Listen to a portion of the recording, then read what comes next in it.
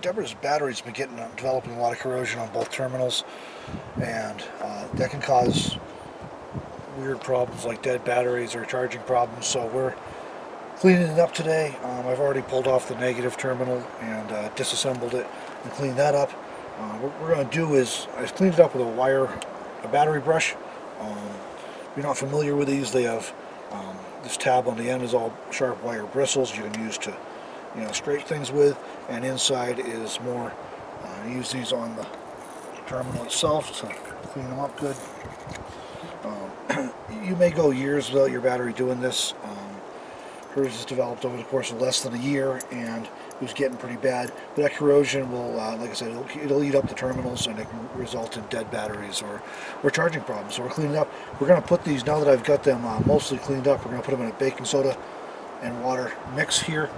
Baking soda is a base, so it'll help neutralize the acid from the battery and the corrosion on it, and hopefully will make these last a little longer. We'll probably end up replacing all these terminals at some point, but as with a lot of vans, things are very short. You don't have much extra wire, so it's going to be a problem if we have to start replacing terminals or wires, because it'll be hard to get to. So we're hoping to make them last a little longer. So we're dropping all these parts in here to try and neutralize the acid that's causing all that corrosion. And Robert, that baking soda mix, is that the same thing I'm using on my Pula shampoo month? It is exactly the same thing. OMG. Good stuff. I use it for laundry soap too. And here comes the rain, so my camera's going inside. Bye!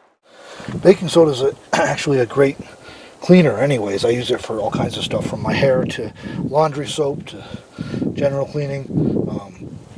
Toothpaste, if I'm out of toothpaste. It works wonderful, but in this case it's just where it's a base. It's reacting with the hydrochloric acid and the corrosion here on the battery. So we're just get it all cleaned up good, and hopefully we'll be able to keep the corrosion at bay for a while and avoid having to replace terminals or even wires, because they're hard to get to on here. So.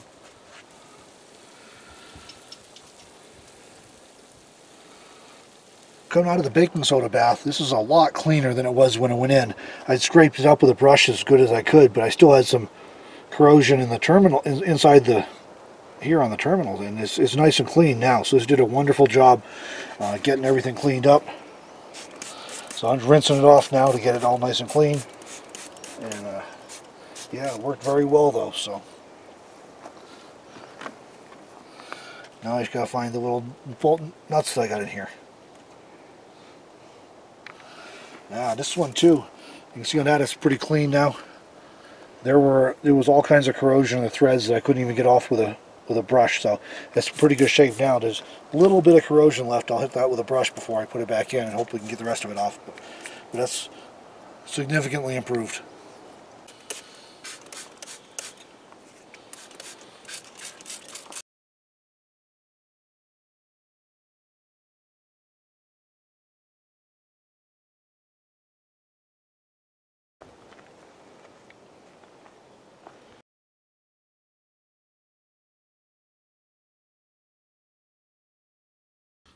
Okay, you think that's pretty good?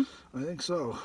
All right, and what he's doing now is crimping my the male plug on my booster, because it came completely out, and I was getting 1X with the booster, and I knew something was wrong. So this has just been a fix-it, help Deborah day. These are sort of, everybody loves these weBoost boosters, Wilson Sleeks before. They work well, and they're easy, and they're fairly as affordable as you can get in terms of these things break loose. So fortunately that's not what happened this time, but instead on where the cord attaches, the antenna cable attaches, I looked at it this morning and there was no wire in there. I said, that's not right. So I thought it had broken off, but it turns out it wasn't crimped good, and it just had been pulled back out. So I was able to thread it back in, so now I'm going to crimp it down so hopefully it doesn't come off again. Next project going to be, she has it running in through the door right now. I'm actually fixing mine today because I did the same with mine, and as I expected, the antenna casing, the casing started getting chafed up, and that will cause it to have problems. so, and not work properly. So I'm fixing mine today too, and one of my future projects is fixing Deborah's too, so that doesn't happen to her. So we're just gonna give this a good crimp, and hopefully it stays put and behaves from now on. Thank you, Robert. Here goes. Ow! Ow! You're pinching me. You nut. Owie! It's on. Hopefully that'll do. If we can stop Deborah and Nani from yanking on it now, we'll be all set. I promise. Alright. So this guy is amazing. He took a flat piece of metal, twisted it, drilled it, did all kinds of things because my, what is it called, Robert? The oil dipstick tube. Okay, not my oil dipstick tube. My van's oil dipstick tube was like broken from, what? You have to tell them. Well, it came from the factory with a little aluminum welded tab on it that attached to a bolt on the front of the engine, and that tab broke in half. So the tube was loose, so anytime you tried to check the oil, it was in danger of breaking off from the engine, or any just driving around, the vibration from driving would make it in danger of breaking off. So we had to find a way to fix it, and one option would be to replace the entire thing, which would be a pain. So I'm just making, what I did was fabricated a bracket out of flat stock to go from the engine to mate up with the one that broke off, and I'm just going to clamp them together, which should work nicely. And I've got it reinstalled the bracket in, but because this is a van, you know, you got room for one arm to get down there barely, and I need two arms to finish it up and tighten everything down. So you had to take things off. So I got to take stuff off. So. Oh, Robert. And this is something to keep in mind if you're debating between buying a van or something else. Anything that's got a van nose on it, whether it's a Class C RV, cargo van, conversion van, Class B, etc., they're hard to work on. And so just know that if you're working on it yourself, they're hard to work on. And if you're paying somebody else to work on them, you're paying somebody else extra because they're hard to work on. So. Well, golly Moses, they have some advantages, but just be aware of that it's hard to work on everything. And especially if you got an older one, you're going to be working on it. Yeah, and mine's a 2005. Well, gosh, I sure do appreciate this, Robert. Well, look how nice and clean the engine is. I know, I watched it because you were going to be working on it, and I wanted it to be... You missed a spot, though. I know, I probably missed a lot of spots, but it's sure better than it was. I wanted you to at least start with a cleaner environment than it was. I'm sure of that. Alright, this is just a piece of 3/4 inch, 12 gauge flat stock, about 3 feet long. Picked it up at Home Depot here in Durango, nearby. I can't remember the name of that town for some reason. Not real nearby, but nearby. This was not real scientific. This was more of a gut level thing in terms of I wanted to get something stiff enough to bolt onto the engine and serve as a replacement bracket for what broke. This is quite a bit heavier than the original one, but I didn't want it too light so that it would break or flex around a lot, but I also didn't want it too heavy or else it would be hard to work with because I'm out here in the forest and I have limited tools. So I got to improvise this repair. I don't have a shop with a torch and a vise and that sort of thing. So that's why we went with this, and so we're just going to cut it off and drill it out and angle it, reshape it so that it'll match what we need. And that's all we're going to do. The bolt will go right through the hole, and you know. Well, you're amazing. So I've already measured out what I need under the hood, so I'm just going to mark it on here real quick, just to make sure I'm roughly the size. This is improv fabrication, so it's not super precise. But I know what I need to do. I would have shown you, but it's so tight under the hood I could hardly measure it as it was. Alright, so I'm going to grab a drill now. I'm going to drill the hole first before I cut it short and start twisting it, because it'll be harder to hold on to since I don't have a vise or a drill press or anything. I have and swear by for light duty use here Ryobi Cordless Power Tools. They can get them from Home Depot.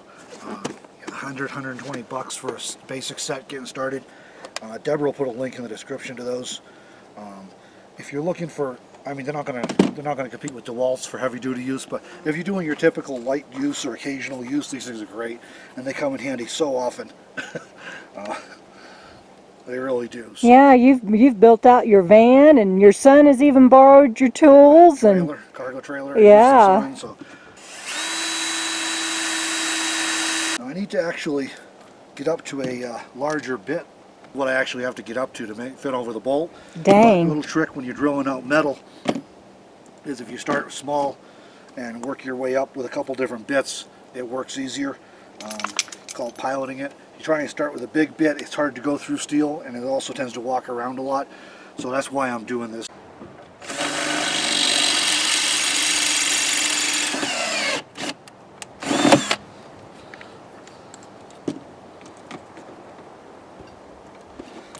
Now the big one. Jeez.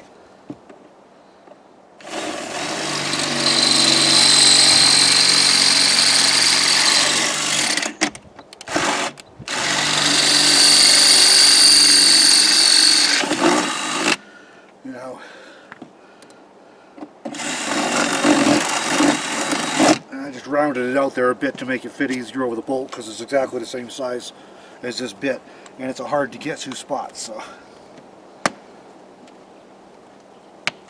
alright, so that's it for the drilling. Now I need to cut it off and shape it. This little table here that I'm working on today, this thing gets used for everything. It's like my $30 Walmart cooking table, and I gross Deborah out because I use it for spraying adhesive on and painting on and doing construction projects on, and I don't put a fancy tablecloth on mine even like she does on hers. It doesn't gross me out. Tell the truth. Come on. No, it doesn't. You lie to your viewers. No, I just clean it for you every now and then. And then I'm fine. This is another piece of the Ryobi kit. It's a reciprocating saw. It's a little bit hard to use by yourself, so this is going to be awkward one-handed. I mean, it's easy to do it by yourself. Doing it one-handed is a challenge. I don't have a vise to lock this down in, so I just need to cut this off. And why, who needs a hacksaw when you have one of these? So.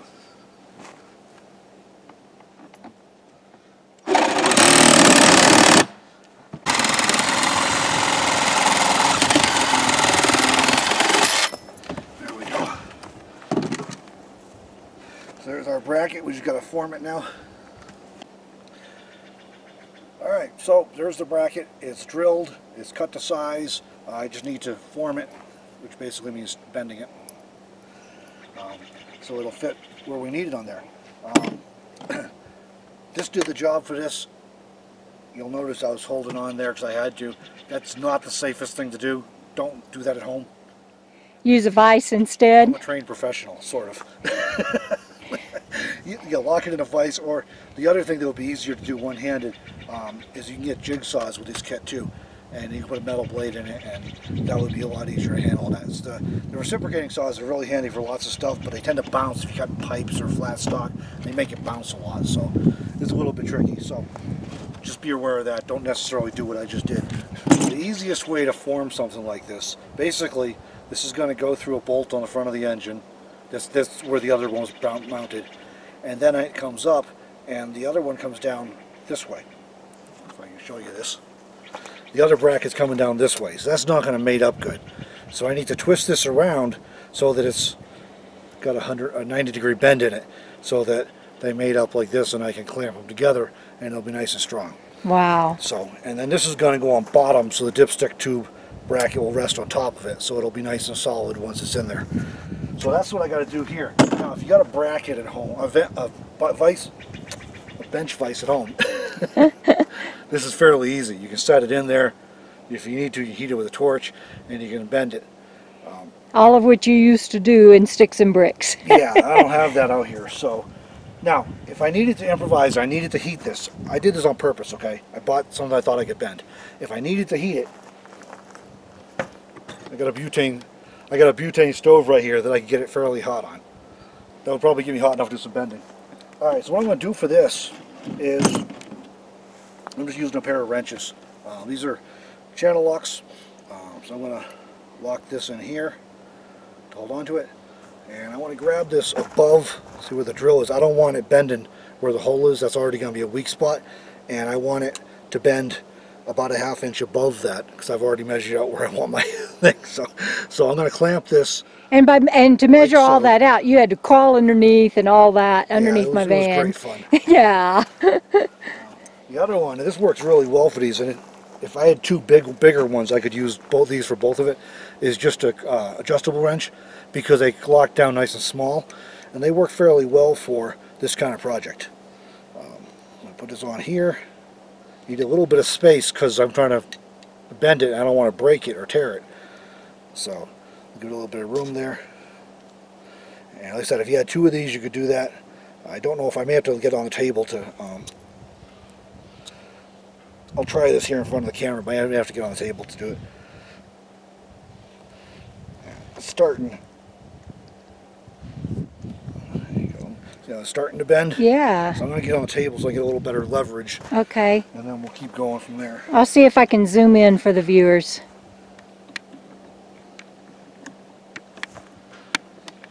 Okay, you ready for some magic? You're getting your workout today. Yeah.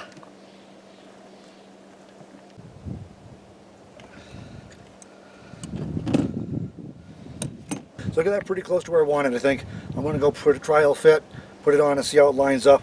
That should be pretty close, and if I need to tweak it a little more, I will. Like I said, I intentionally bought something that I thought would be heavy enough for this project. More than heavy enough, really. I could have gone lighter. And, but also would be light enough that I could shape it by hand without having to do a lot of tricky stuff. Okay, show them what the final piece looks like. There you go. So it's going to go on the front of the engine. Going to go on the front of the engine, and this like this to the bolt, and then this is going to attach to the dipstick bracket that's already on there. All right. So here goes nothing. Let's put a mass airflow sensor or something. Gotta make sure I plug that back in. What is it you're pulling off right now? That's the air cleaner housing. Oh, okay. So you figure out how this clip works. I believe that's an airflow sensor. All right.